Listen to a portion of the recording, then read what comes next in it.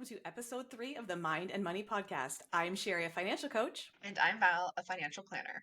Today, we're talking about aligning your life, which sounds like a really big topic, but Sherry and I are here to break it down for you so it doesn't feel so overwhelming and actually has some pieces of fun to it. The first thing that we want to talk about today is deciding on what is important to you in your life. And this might not be what needs to happen today. This is also looking into the future, whether it be a year from now, 5 years from now. And sometimes those longer term pictures can feel a little bit overwhelming to us because it's like so much to think about in the things that we want. So breaking it down to be smaller, that works too. It could just be 6 months from now or a month from now. So when we're looking at bringing our life into alignment and our actions coming into alignment with what we desire, we want to see, okay, what are some destinations that we have in our vision. And that can be feelings. It doesn't always have to be things. And Sherry, I'm sure that you can chime in here to say that so often in the financial planning or coaching, clients come to us with more material things that they almost societally potentially feel that they are supposed to desire. Yes, it's quite common when I first meet with clients and start talking about goals. A lot of it initially is around material things. Like, I want to buy a home, I want to buy a car, I want to travel, which is great. And I Yes. love those goals. But I think first, looking into those feelings and what do you want that vision of your life to be? And personally, that life is, I don't want to be working my ass off. I don't want to be burnt out. I don't want to be feeling stress and pressure to do a lot of things. And yes, I know a little bit of pressure is good, but Right. having that time to build the life that I want and the business that I want and the business and the life are very aligned. And taking time to work on myself and what I want that future life to look like and what I want it to feel like helps me also come into alignment with the clients that want those same Mm, things and the clients that are easier to shift into those. Okay, future life, what does it look like? Less on the financial buying of things and more on the feelings around peace and calm and contentment is a big one. Being content with mm. what you have can really benefit you in the long term when it comes to your personal finances as well. Yes. And that, just to kind of go deeper into that, being content with what you have, because so often we're chasing something that's like it's we might accomplish something and then it's what's next or what's the newest version of this. But when we stop and as much as it's almost buzzworded, if you will, the gratitude practice and taking into account what we do have and being thankful for what we have and pausing to take time to go, look how lucky I am, or look how, like, look at all of the good things that I do have going on for myself, just to remind us that it's not about, like, happiness isn't outside of us. We're not going to find it in the next purchase. So it's creating those feelings now and bringing that into us through just purely reminding ourselves of what we do have. So love that. It's not about chasing material things. Sometimes the goals are material and that's okay, but it's what is the feeling and the energy that comes with that goal. So when we're looking at focusing on the feelings of the life that you want to create, what is an exercise or a practice that has helped you to capture these feelings that you want in your life? A lot of it is just taking time in a quiet place with a Yes. writing utensil and a journal. Or for me, I use my iPad for everything. Fun tip, an iPad and a good notes app is amazing to be able to take a lot of things with you and not have to take a lot of things with you. But it's about Yes. spending time with yourself and your mind. And I know the world is really busy right now, and especially for those ADHD brains, I get you. Hmm. And for busy parents, it's challenging, but spending 5 or 10 minutes each day thinking about, what happened yesterday, what am I looking forward to today, and being grateful, practicing gratitude for a long time. I wrote down like 3 things each day I was grateful for. And sometimes it was really simple things like a fuzzy blanket or a Mm. good cup of coffee. And sometimes it was bigger things like connecting with amazing people and bringing on a new client and attracting my ideal client. But really focusing on finding those pieces of happiness and gratitude in each day because they're there and sometimes we have to look really hard for them and sometimes they're really tiny, but being grateful for those things that happen or even those things that we get, like it can help you seek out less pleasure through like buying more things and accumulating things and hustling. And it can be really challenging when you Yes. start, but a little bit of time with yourself and your mind. And I've been getting back into the journaling habit regularly and spending a few minutes first thing in the morning or at the end of the day around like what happened that was really good today. And I recently did a meditation, and one of the exercises through that meditation, it was an end of the day one geared at helping you sleep, was you take these things that happen and you put them down on a piece of paper just in your mind, you're just thinking it, and then you fold that paper up into a little boat and you send it on down its journey, whether that was good or bad. And it really helped me kind of let go of those things throughout the day because a day is just a snapshot in time, and being intentional with how we think about it and dwelling less on the past can Yes. really lead to a big shift personally and financially. I love that. I love that visual that it created. And when we're talking about the journaling habit, for some of you, pen and paper or iPad and pen, which is Sherry and I are both on in that boat. It might not be that you might need to speak it. So a memo note in your phone totally works as well, right? Just to take that time, be with your mind, be with yourself, get quiet, and give yourself the space to just capture whatever feelings come up for you because there's those things, right? Like we're going to have goals that are surface, but to take the time to go deeper and just get quiet and listen, huge, huge. And that leads us really well into talking about the materialistic goals. Often in society currently, there is the feeling that we need to keep up with the Joneses. And Sherry, for those who have not heard that term, can you tell me what that term means? So basically, this leans into this family, these Joneses that we envision. It's kind of like the grass is greener on the other side. We Yes. envision that the Joneses, they have it all. They go on trips, they have a nice house, they have 2 cars, they've got a perfect little family, and they do all of the things. And a big thing to think about is we don't know the situation of others. We Yeah. know what we're able to see and what they let us see. And Yes. quite often, the people that we perceive are in a much better life position, a much better financial position, actually aren't.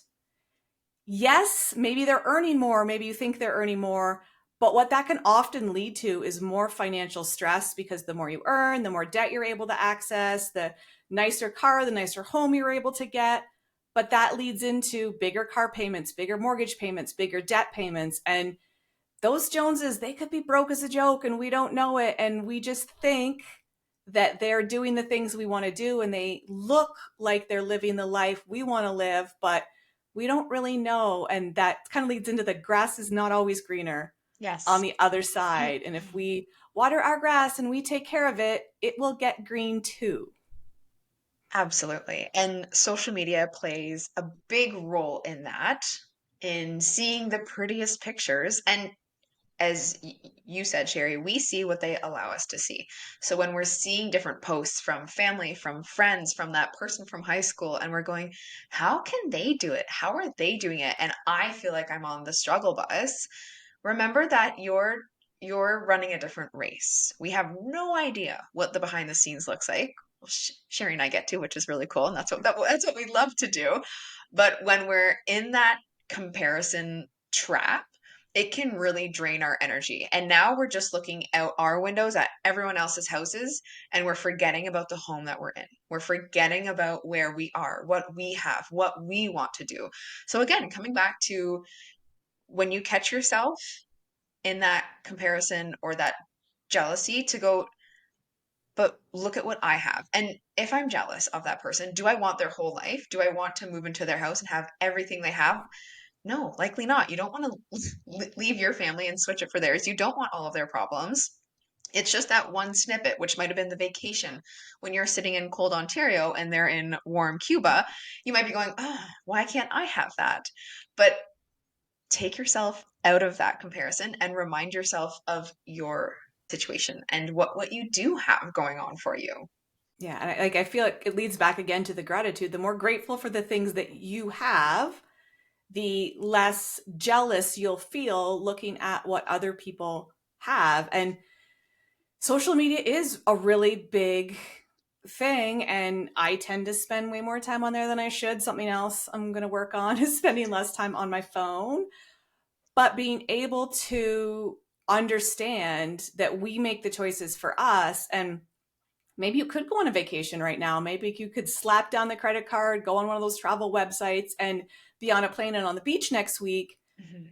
But at what cost, right? What stress does that add if you come home and then that credit card bill shows up in your inbox or in your mailbox? And is it worth that joy for that stress? And clients that I've worked with in the past, and I love, please message me if you're doing something awesome if I'm not currently working with you. But I love hearing messages from clients like, yeah, I just booked the trip and I paid for it already, and I'm not going to come home to stress and debt. And that really is transformational, to be able to pivot from worrying about what you're coming home to being able to pay things off from your whole expense from your travel savings account as soon as you get home. And yeah, it's hard. And yeah, it's going to feel like an uphill battle, but the journey is really worth that shift in feeling, the shift in how you feel about your money. And another big thing that I know my social media feed is filled with is buy this course, do this thing. I'm making 5-figure months and Yes. I work 3 hours a week and I have a $50,000 month. And the passive income, the push is so hard. I don't know if everybody's feed is filled with it, but those things are hard.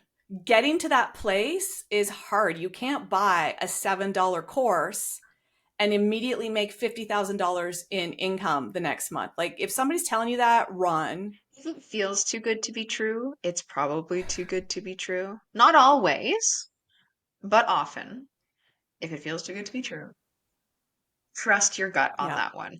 So when you're seeing those posts and it seems like your one-way ticket to get off the struggle bus, you're like, perfect, I'm going to be on the abundance train.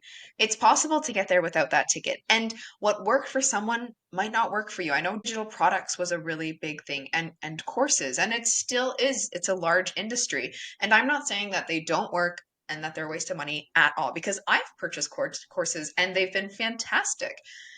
But when we're working or when we're seeing on our feed, right, sign up for my course and I'll show you how I did this.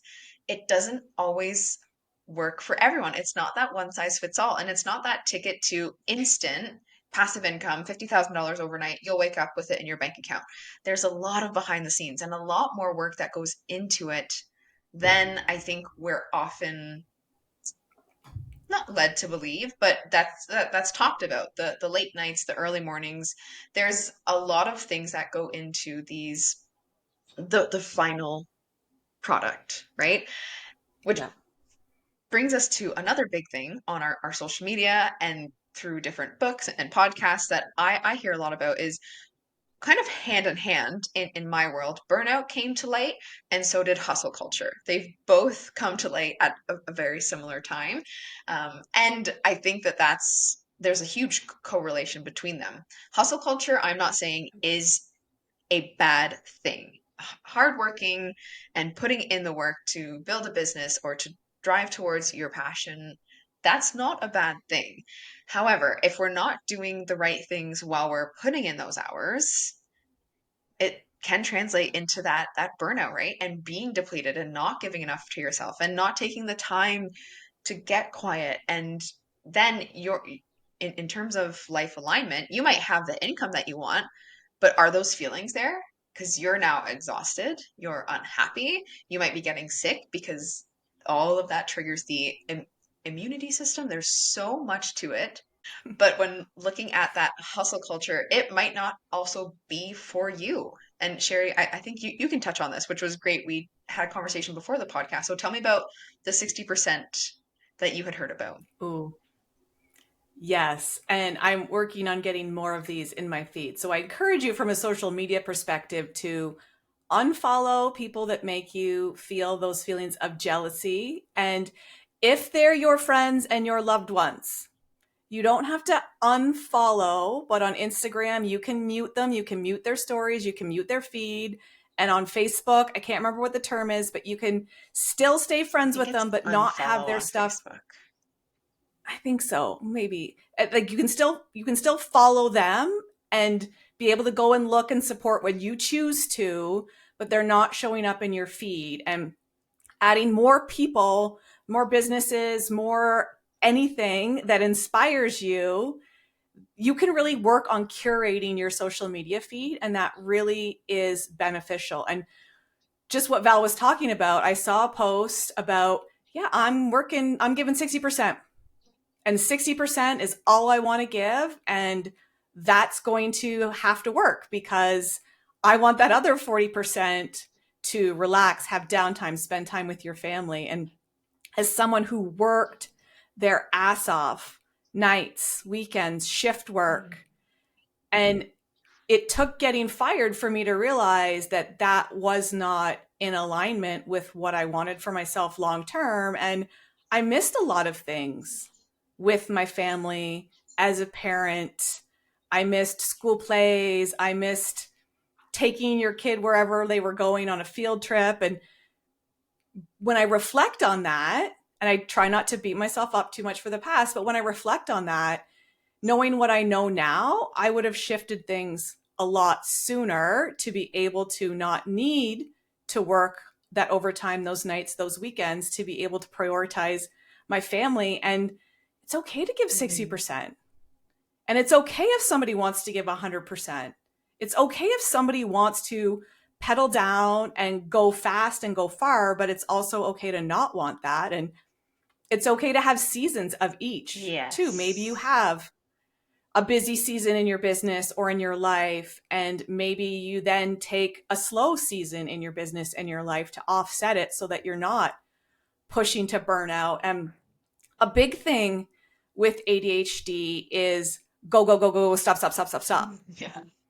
And and trying to find more of that balance and figuring out how to find that balance. And it's okay to have go, go, go, stop, stop, stop if that works for you, but you really have to think about, is it working for Mhm. you? And is those periods where you're going 100 miles an hour, and then do you stop because you're burnt out, or like are you forced to slow down and stop? So really thinking about what you want your life to look like, and bringing in that culture of it's okay to not hustle all the time, and it's okay for others to do that, but I don't have to. And it can be really hard to not be working as hard. And if you're listening, I'm doing air quotes here, not be working as hard as a coworker, a peer, a friend, a spouse or partner, because you have to do what's best for your physical and mental health, while also considering your financial health too. But making some changes on that side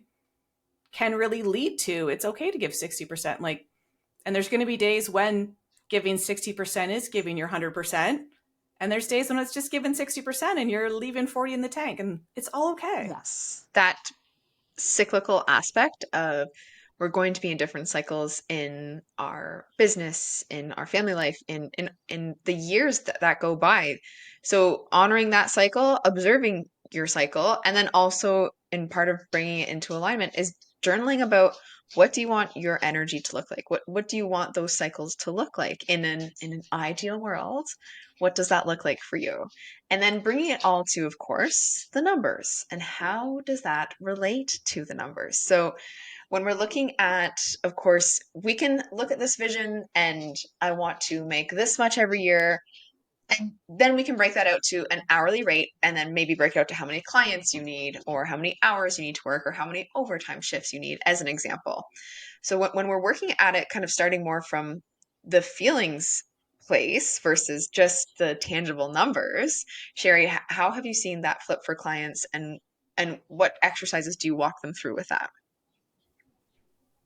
So when I first start working with a new client, and I love this period of time with a client because we're really diving into their numbers and seeing what has been coming in and what has been going out in the last 1 to 3 months and what aligns with you Yes. and what doesn't. Yes. So, peeling back the curtains, and we're going to talk about this very soon in another episode exactly how to start budgeting, specifically targeted at how to start budgeting with ADHD because we have more challenges than others. But spending time looking at where your money has been going, and a lot of times it's a like, whoa, shit.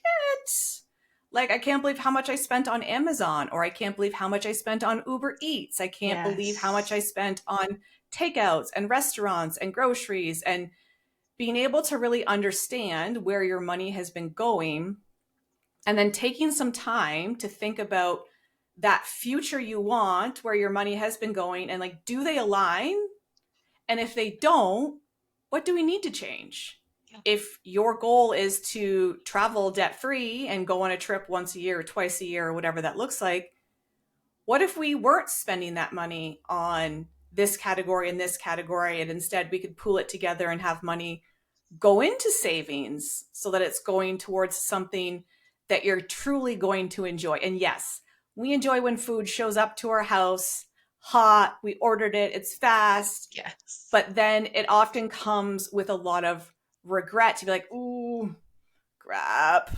That salad and that side and the appetizer, like that cost $50. And did you have food in your fridge you could have made and you just didn't have the energy for it? And Always.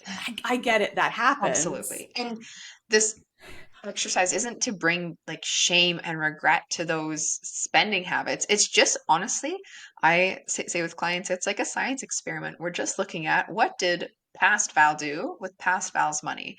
Where did it go? What did it go towards? And just like we're talking about, is this where future Val would spend her money? Yeah. And aligning that, really thinking of your future vision and what would it feel like to put all that money that went towards something that only brings you immediate joy? What if we shift that into something that brings you like longer term Yes. joy and happiness? And like maybe some of that is, okay, I'm self employed and here are my expenses and here's my income. But if I can bring my expenses down a little bit and my income up a little bit, then there's more of a gap to do different things with, and saving and thinking about your future are important. And yes, I love to live for today and we don't know how long we have. Not so silent plug. Get life insurance, see Val for that. We don't know how long we're going to live, but we have to have like future us in the back of our mind, because what if we live until we're 100? And yeah, looking at the amount you need to have for different things can feel overwhelming, but really starting to chunk it out into like, past, what did I do in my past? What can I do in my future that's more aligned with the life I want to live, and make those tweaks from the past? And then what do I want to do in my future, and what do I want my life to look like? And if you want to give that 60%, maybe you need to decrease your expenses so that you can work less and not work those overtime shifts to have more Mm, of that family time or you time or time for your hobbies yes. or whatever you want to focus on. Everyone's definition of success is going to look different. Where I think, and Sherry, you can maybe agree with me on this, is that generations past, to retire at 65 and to go to Florida every now and then was the goal for so many people. not everyone, but so many. But that definition is changing. People want to travel while they're able to. People don't want kids, or people do want kids, or people like there's so many variances that the one size fits all goal planning alignment point A to point B is no longer. It is all about you, but then we're still also living in this like, but look at what they did. But it's actually not really what I want. So just like bringing it back in. Yeah, life has changed a lot from the generations past of and my social media feed is also filled with people like imitating those different generations, and a boomer be like, I have some financial advice for you. You just need to spend less and not get your Yes. latte and you'd be able to buy a house. It's like that's not reality I thank anymore. you, Like but no thank you. your lattes aren't the reason you can't buy a home if you are in that position right now, and maybe having an extra $7 every day would help you with some of your shorter term goals. But it's more about dialing in on, well, I spent $500 last month on restaurants and Hmm. takeout. And what would that $500 a month do to be able to make changes for you in your future? So, yes, it's looking at the little things, but it's looking at the big things too. And when we talk specifically about budgeting, we'll talk about this more, but the big three expenses are your home, where you live, your rent, your mortgage, your travel, your car payment, your insurance, and food. Yeah. If we can make some small shifts on those to reduce them, that allows so much more room for other things. So there's lots of creative ways to do that. But again, we could talk about this All all day. day, but it's about that time to wrap it Yes. up. So it's been great chatting again with you, Val, and we're excited that you're here listening. Keep listening, share with your friends, go and subscribe so that you get our newest episodes. And we can't wait to see you until next time. Have a great day.